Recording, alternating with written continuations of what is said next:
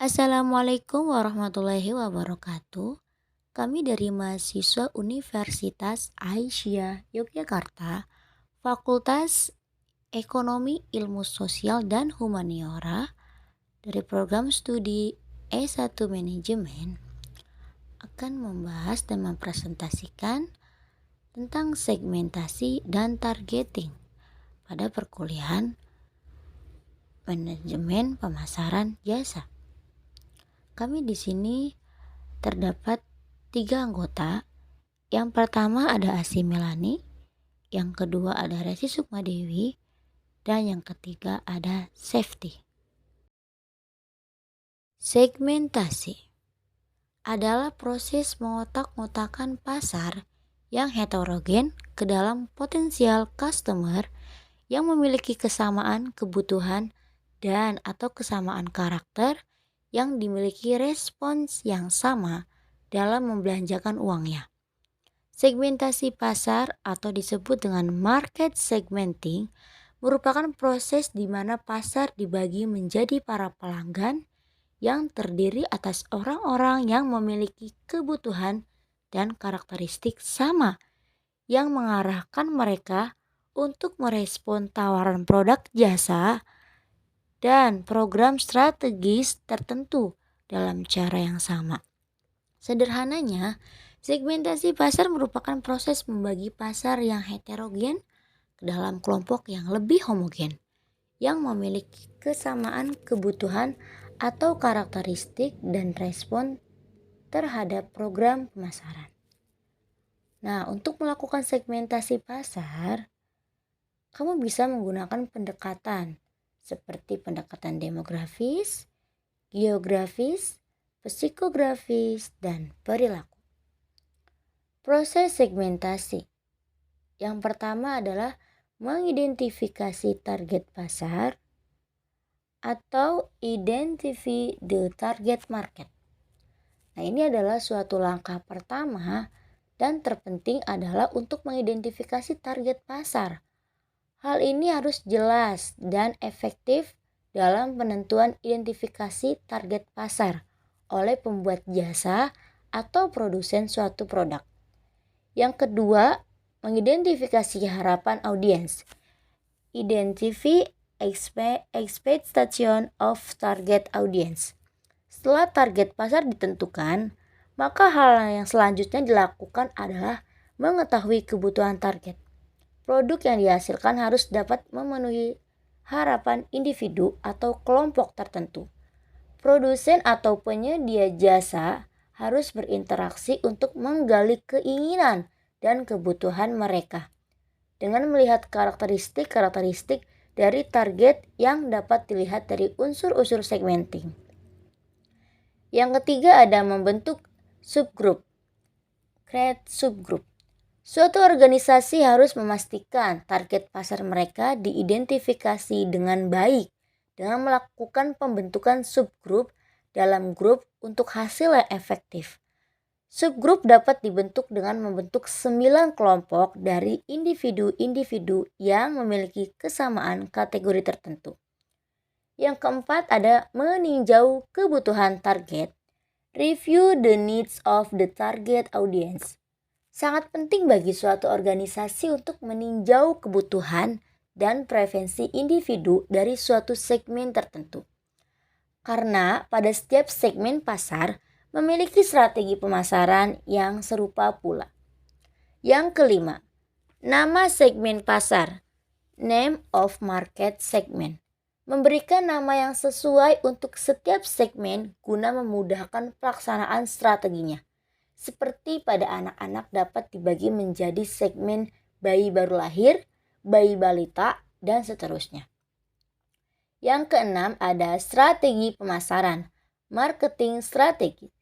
Menyusun strategi-strategi yang relevan untuk mempromosikan merek atau brand antara setiap segmen karena di setiap segmen memiliki strategi masing-masing. Yang ketujuh ada meninjau perilaku, review behavior. Melakukan peninjauan perilaku target sasaran secara berkala. Hal ini perlu dilakukan karena individu atau kelompok tertentu tidak akan memiliki kebutuhan demand sepanjang tahun kebutuhan yang berbeda tersebut menimbulkan tuntutan variasi atau inovasi produk. Yang kedelapan ada ukuran target pasar, size of target market. Hal ini penting untuk mengetahui ukuran sasaran pasar. Perlunya mengumpulkan data untuk melakukan perencanaan penjualan dan peramalan. Proses dan strategi targeting pada jasa. Yang pertama, proses targeting. Yang pertama itu mengembangkan ukuran daya tarik segmen dilakukan dengan menggunakan variabel-variabel yang dapat mengkuantifikasi kemungkinan permintaan dari setiap segmen, biaya melayani setiap segmen, dan kesesuaian antara kompetisi inti perusahaan dan peluang pasar sasaran. Yang kedua, memilih segmen sasaran dilakukan dengan memilih satu atau lebih segmen sasaran yang ingin dilayani berdasarkan potensi laba segmen tersebut dan kesesuaiannya dengan strategi perusahaan. Terdapat 4 strategi yang bisa dipilih dalam melakukan targeting atau strategi targeting. Yang pertama, undifferentiated targeting strategy. Menjelaskan bahwa strategi ini ditunjukkan untuk pasar besar dengan kebutuhan yang serupa. Maka dari itu, di dalamnya hanya akan ada satu jenis pemasaran yang diterapkan untuk melayani semua jenis pasar. Perusahaan hanya mendapat peluang untuk mengoptimalkan produksi, distribusi, dan periklanan massa untuk mendapatkan citra terbaik dari konsumen secara mayoritas. Yang kedua ada differentiated targeting strategy. Menjelaskan bahwa perusahaan memproduksi berbagai produk dengan masing-masing ciri yang berbeda. Setiap konsumen tentu saja menginginkan variasi produk yang beragam, sehingga Anda harus berupaya menawarkan beberapa jenis produk sesuai permintaan pasar. Yang ketiga ada concentrated targeting strategy. Perusahaan hanya berfokus menawarkan jenis produk tertentu dalam satu segmen yang dinilai paling berpeluang pasar. Yang kelima ada custom targeting strategy. Ditunjukkan pada pendekatan konsumen yang bersifat individual. Berikut adalah contoh perusahaan sektor jasa yang berada di sekitar lingkungan kita. Yang pertama ada PT dari Aditya Faras Jaya, di mana perusahaan ini bekerja di industri sebagai tenaga kerja dan hukum ketenagakerjaan, atau juga bisa dikatakan perusahaan yang berada di bidang seperti bank. Contohnya ini Bank BTPN. PT Aditya Faras Jaya dari segi segmentasinya atau dari demografisnya ini, segmen pasar yang dipilih pihak PT Aditya Faras Jaya adalah perorangan dan lembaga karena bergerak di bidang jasa outsourcing, di mana sebagai suatu lembaga yang menyediakan jasa outsourcing dalam ruang lingkup labor supply untuk posisi permanen maupun sementara. PT Aditya Faras Jaya ini berlokasi di Jalan Perumnas Seturan, Palem, Condong Catur, Depok, Sleman. Bisa dilihat dari segi psikografisnya. Ini dari karakteristik PT Aditya Faras Jaya dilihat dari kalangan profesional pada PT tersebut adalah masyarakat peduli akan pemberdayaan sumber daya manusia Indonesia sehingga mencapai tujuan tertentu, serta untuk mencapai kualitas yang lebih baik. Kemudian pada PT Aditya Faras Jaya dikelola gabungan antara profesional dalam bidang manajemen SDM, manajemen hukum, sosiologi, kemasyarakatan, dan psikologi. Kemudian dilihat dari perilaku. Nah, untuk perilaku ini, untuk segmentasi tingkat perilaku pada PT Aditya Faras Jaya pada Bank BTPN cabang Jogja adalah klien nasabah. nasabah outsourcing, dan konsultan SDM yang memiliki pengetahuan perhitungan keuntungan bunga serta bonus bunga dari tabungan BTN. Kemudian dari targeting. Targeting dari PT Aditya Faras Jaya ini dari segmentasi pasar dapat kita ketahui untuk daerah sasaran yang banyak menguntungkan pada PT Aditya Faras Jaya pada Bank BTN cabang Jogja ialah dapat kita ambil oleh masyarakat Jogja dan sekitarnya akan mengerti bahwa pentingnya menabung untuk masa depan mereka dan anak-anak mereka. PT Angkasa Puro Support bisa dilihat dari segi segmentasi. Yang pertama bisa dari demografis. Segmen pasar yang dipilih oleh PT Angkasa Puro Support adalah anak perusahaan PT Angkasa Puro I, yaitu di mana perusahaan yang bergerak di bidang penerbangan yang menyediakan layanan pengelolaan sebagai bandar udara modern dengan standar fasilitas dan kualitas yang internasional, yaitu dengan cara memberikan layanan terbaik bagi penumpang ataupun pengunjung bandar udara Indonesia. PT Angkasa Puro Support ini berlokasi di Bandara Adi Sucipto, Yogyakarta, Jalan Solo, kilometer 9, Maguwo Harjo, Depok, Sleman. Kedua ada dari psikografis.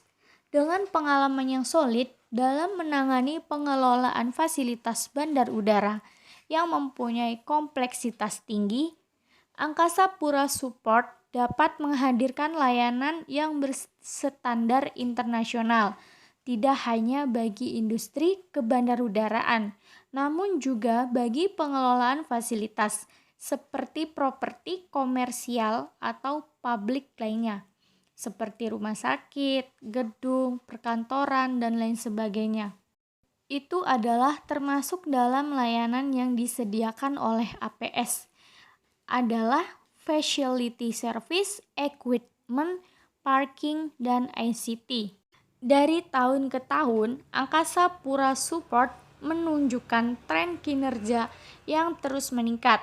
Maka itu, hal ini membuktikan bahwa komitmen kuat perseroan dalam menjaga standar layanannya. Yang ketiga ada dari perilaku. Untuk segmentasi tingkah laku, PT APS pada Bandara Penerbangan Adi Sucipto, cabang Jogja adalah pelanggan ICT dan parking manajemen yang memiliki pengetahuan berhitung pada diskon penerbangan maskapai dan biaya refund maskapai dari pelanggan. Kemudian PT Angkasa Pura Support dilihat dari segmen targeting. Dari segmen ini yang ada sasaran pasar PT Angkasa Pura Support adalah konsumen yang akan melakukan penerbangan baik itu turis ataupun masyarakat lokal itu sendiri. Baik, di sini saya akan melanjutkan presentasi dari Mbak Mel. Nah, di sini saya akan membahas tentang perbedaan dan persamaan perusahaan antara PT Aditya Faras Jaya dan PT Angkasa Pura Support. Nah, untuk perbedaan PT Aditya Faras Jaya, di sini terlihat dari segmentasi demografisnya bergerak pada bidang jasa outsourcing.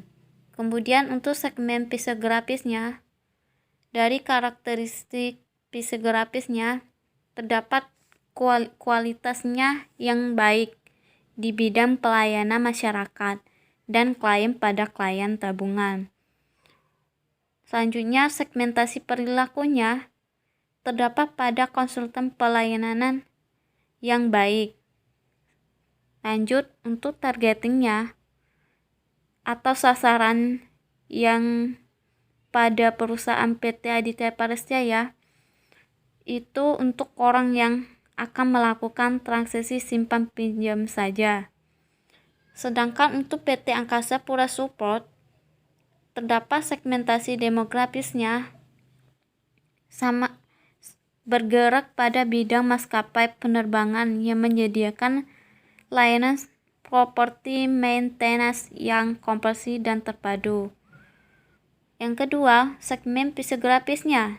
Untuk segmentasinya lebih unggul dan berstandar internasional, baik itu dari pelayanan maupun fasilitasnya yang sudah modern.